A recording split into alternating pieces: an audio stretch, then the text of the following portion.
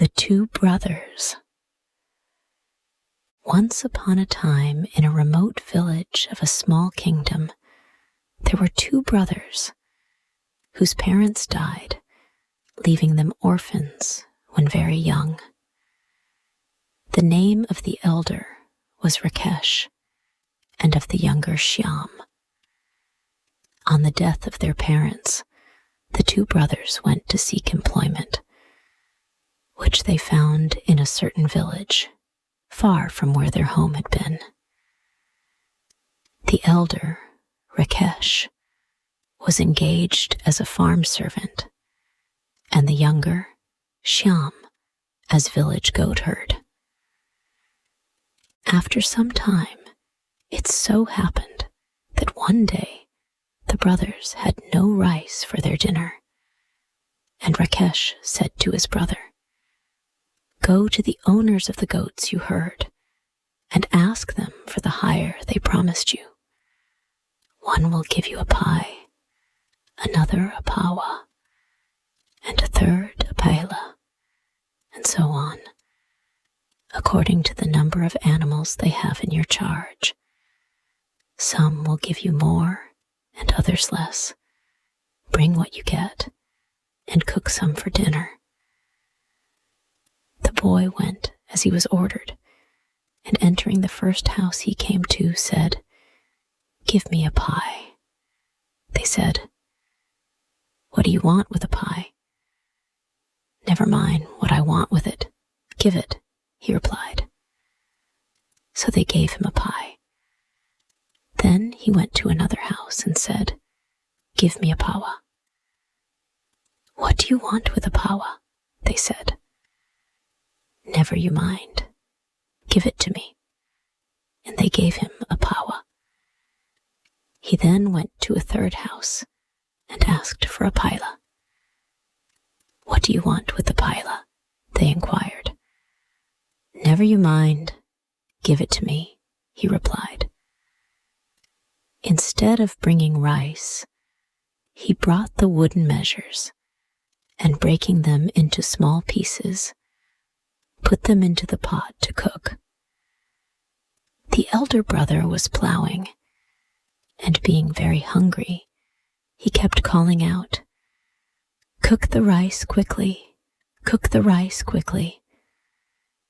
His brother, being impatient, he stirred the contents of the pot with all his might, at the same time exclaiming, "What can be the matter, brother? It is very hard." The elder brother came to see what was wrong, and on looking into the pot, saw only pieces of wood. He became very angry and said, "I sent you to bring rice. Why did you bring measures?" To which he replied, "You told me to ask a pie from one, a pawa from another, and a paila from a third, and I did so." The elder then said to the younger, "You go and plow, and if the plow catch in a root on the right hand, cut the root on the left hand, and if it catch in a root on the left side, cut the root on the right side, and in the meantime, I will cook." He went and began to plow, and in a short time, the plow caught in a root on the right, and not understanding the directions given to him, he struck the left-hand bullock a blow on the leg with his axe. The bullock limped along a short distance. When the plow caught in a root on the left, he smote the bullock on the right, wounding it as he had done the other. Both of the bullocks then lay down, and although he beat them, they did not get up. He therefore called to his brother, "These bullocks have lain down, and will not get up. What shall I do?" "Beat them," was the reply. Again he beat them, but with no better result. The elder brother then came and found that the oxen had been maimed and were unable to stand, at which he became greatly alarmed and said, "Why did you maim the oxen? The owners will beat us to death today." He then gave him some parched grain to eat and sent him to look after his goats. The sun being hot, the goats were lying in the shade, chewing their cud. He sat down near them and began to eat the parched grain. Seeing the goats moving their jaws as if eating, he said, "These goats are eating nothing. They are lying there mocking me." And becoming enraged, he killed them all with his axe. Then, going to his brother, he said, "Oh, brother, I have killed all the goats." His brother asked, "Why did you kill them?" He replied, "While I was watching them and eating the parched grain which you gave me, I saw them chewing, and as they were eating nothing, I knew they were mocking me, and so I killed them all." The elder brother became greatly alarmed, and calling to the younger to come, they quickly ate their dinner, and then went to where the goats were lying dead. From among them, they chose the fattest and carried it off to the jungle, where they flayed and cut it into pieces. Shyam then said, "I shall take the stomach as my share."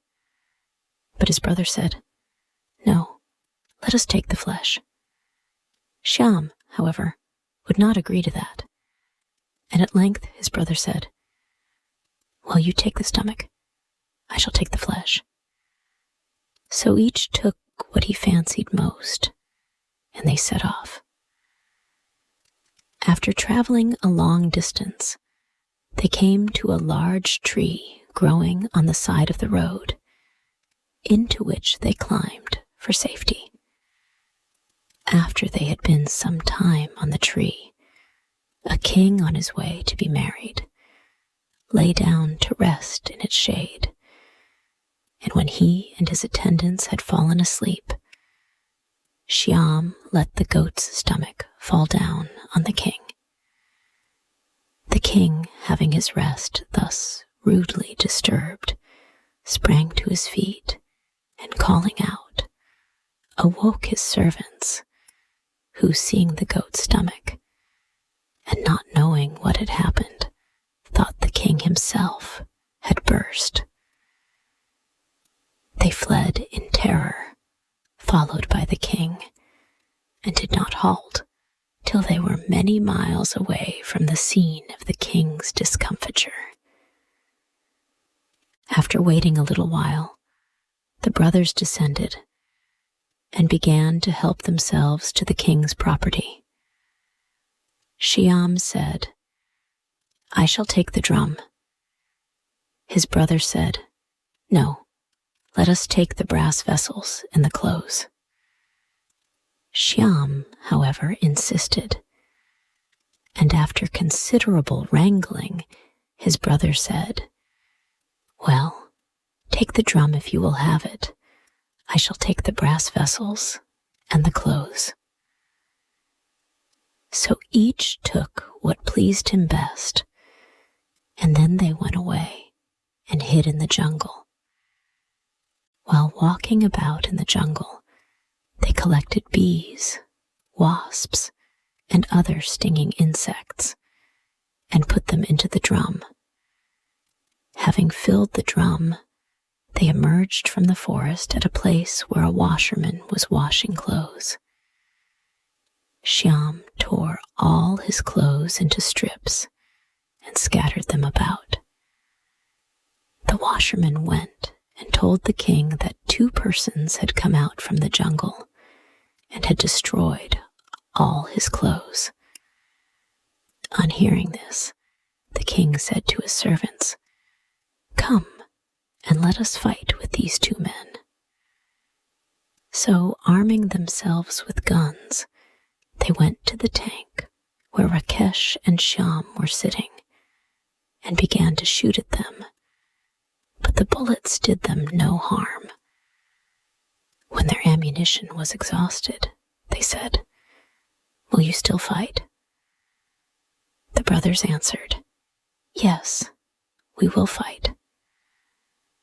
So they began to fire their guns and beat their drum, and the bees and wasps issued from it like a rope and began to sting the king and his soldiers, who, to save themselves, lay down and rolled on the ground.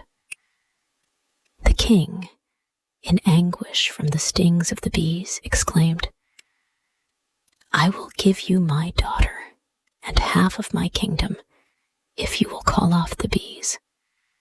Hearing this, they beat the drum and, calling to the bees and wasps, ordered them all to enter the drum again, and the king and his people went to their homes. The brothers, however, could not agree as to who should marry the princess. One said, "You marry her." The other said, "No, you marry her." The younger at length said to the elder, "You are the elder.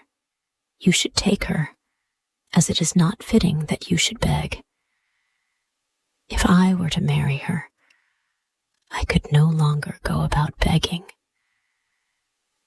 So the elder brother married the princess and became the king's son-in-law. The two settled down there and cultivated all kinds of crops. One day, the elder brother sent his younger brother to bring a certain kind of grain. Taking a sickle and a rope to tie his sheaves with, he went to the field. Arrived there, he found that the grain was covered with insects. So he set fire to it, and while it was burning, he kept calling out, "Whoever desires to feast on roasted insects, let him come here." When his brother knew what he had done, he reprimanded him severely. Some time afterwards, when the black rice was ripe, he again ordered him to go and reap some. So getting a sickle and rope to bind his sheaves with, he went to the rice field. On looking about to see where he would begin, he discovered that each stalk of rice was covered with flies. "There is nothing here but flies. How can I reap this?" Saying this, he set fire to the growing rice and burnt it all to the ground. His brother, when he knew what had happened, was very much displeased and threatened to beat him. On another day, he was sent to cut jari to make ropes. So taking his sickle, he set off to the field of jari.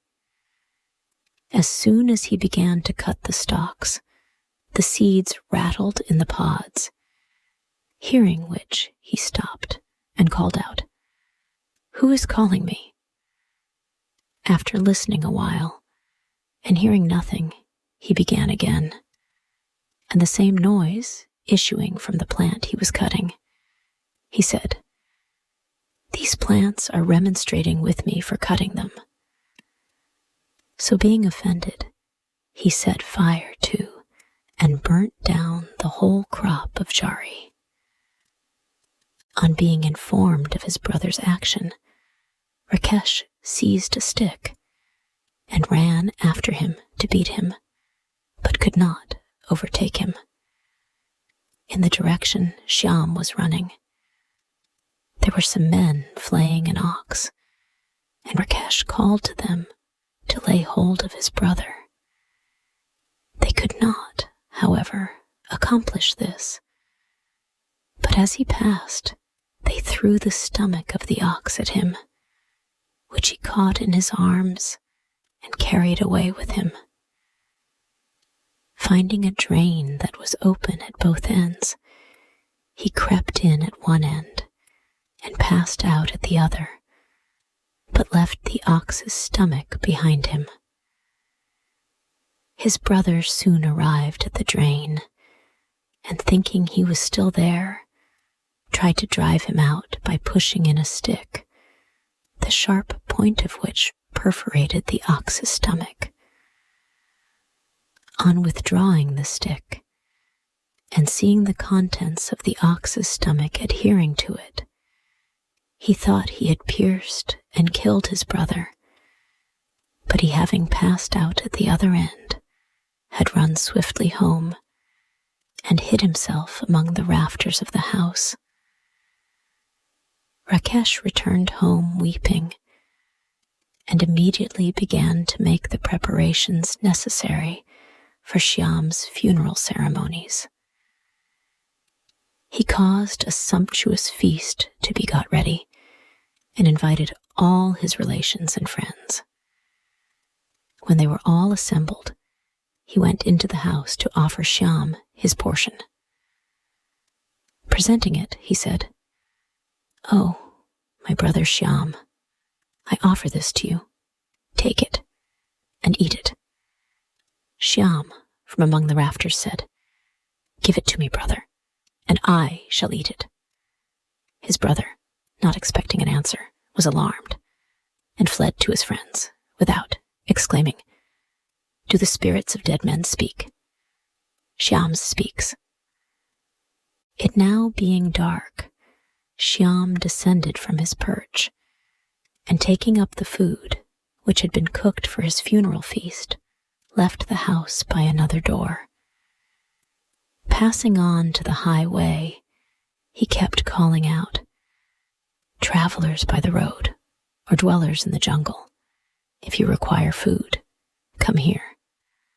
Some thieves, hearing him, said, "Come, let us go and ask some." So going to him, they said, "Give us some too, Shyam." But he replied, "It is for me alone." On their asking a second time, he gave it to them. After they had eaten it all, they said to him, "Come, let us go a-thieving." So they went to a house, and while the thieves were searching for money, Shyam went and picked up small pieces of pottery and tied them up in his cloth. When they met afterwards, seeing Shyam's bundle of what appeared like rupees, they said, "You are not with us. Where did you get the money?" Opening his parcel, he shewed them the pieces of pottery, seeing which they said, "We will not have you as our comrade." He replied, "Then return the food which you ate." As they could not comply, they agreed to take him with them. Shyam then said, "Where shall we go now?" They replied, "To steal cloth." So they went to a house, and while the robbers were searching for cloth, Shyam began to pull the clothes from off the sleeping inmates. This awoke them, and starting up, they began to call loudly for help. The thieves made off, and Shyam with them. Seeing Shyam had spoiled their game, they said to him, "We will not allow you to go with us again." He said, "Then give me back the food you ate." Not being able to do so, they said, "Well, we will allow you to accompany us this once." Shyam then said, "What shall we steal now?" The thieves answered, "We shall now go to steal horses." So they went to a stable, and each of the thieves helped himself to a horse. But Shyam, going behind the house, found a large tiger, which he saddled and mounted. The thieves also mounted, each on the horse he had stolen. As they rode along, Shyam's tiger sometimes went first, and sometimes the thieves' horses. When the thieves were in front, Shyam's tiger bit and scratched their horses, so they said to him, "You ride first, we shall follow." But Shyam said, "No, my horse is a Hindu horse. He cannot run in front. Your horses are sandal horses. They run well and straight, so you ride ahead." When day began to dawn, Shyam's tiger evinced a tendency to leave the road and take to the jungle. But Shyam, holding him in, exclaimed, "Ha! Ha! My Hindu steed! Ha! Ha! My Hindu steed!" When it was fully light, the tiger ran into the jungle, and Shyam got caught in the branch of a tree and continued dangling there for some days. It so happened that one morning a demon passing that way spied Shyam dangling from the tree, and seizing him, put him in a bag and carried him away. Being thirsty, he laid the bag down and went to a spring to drink. While he was absent, Shyam got out of the bag and, putting a stone in instead, ran away. The demon, having quenched his thirst, returned, and lifting the bag, carried it home. His daughter came to welcome him, and he said to her, "Shyam is in the bag. Cook him, and we shall have a feast." He then went to invite his friends to share it with him. When the demon's daughter had opened the bag, she found the stone and was angry because her father had deceived her. In a short time, her father returned, bringing a large number of jackals with him. He said to her, "Have you cooked Shyam?" She replied, "Tush, tush, you brought me a stone." The demon was highly incensed at having been outwitted and exclaimed, "I will track Shyam till I find him, and this time I shall bring him home without laying him down." He then left, and before long found Shyam swinging in the same branch as before. Catching hold of him, he put him into a bag, the mouth of which he tied. This time he brought him home without once laying him down. Calling to his daughter, he said, "Cook Shyam while I go to invite my friends." She untied the bag and took Shyam out, and seeing his long hair, she said, "How is it that your hair has grown so long?" "I pounded it in the tenki," he replied. "Will you pound mine, so that it may become long like yours?" said the demon's daughter. Shyam replied, "I shall do so with pleasure. Put your head in the tenki, and I shall pound it." So she put in her head, and he pounded it so that he killed her. He then possessed himself of all her jewelry, and dressing in her clothes, cooked her body.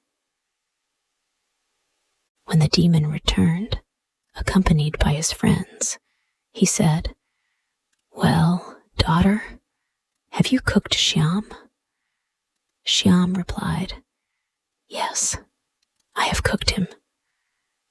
On hearing this, the demon and the jackals who had come with him were delighted, and setting to, they devoured the body of the demon's daughter.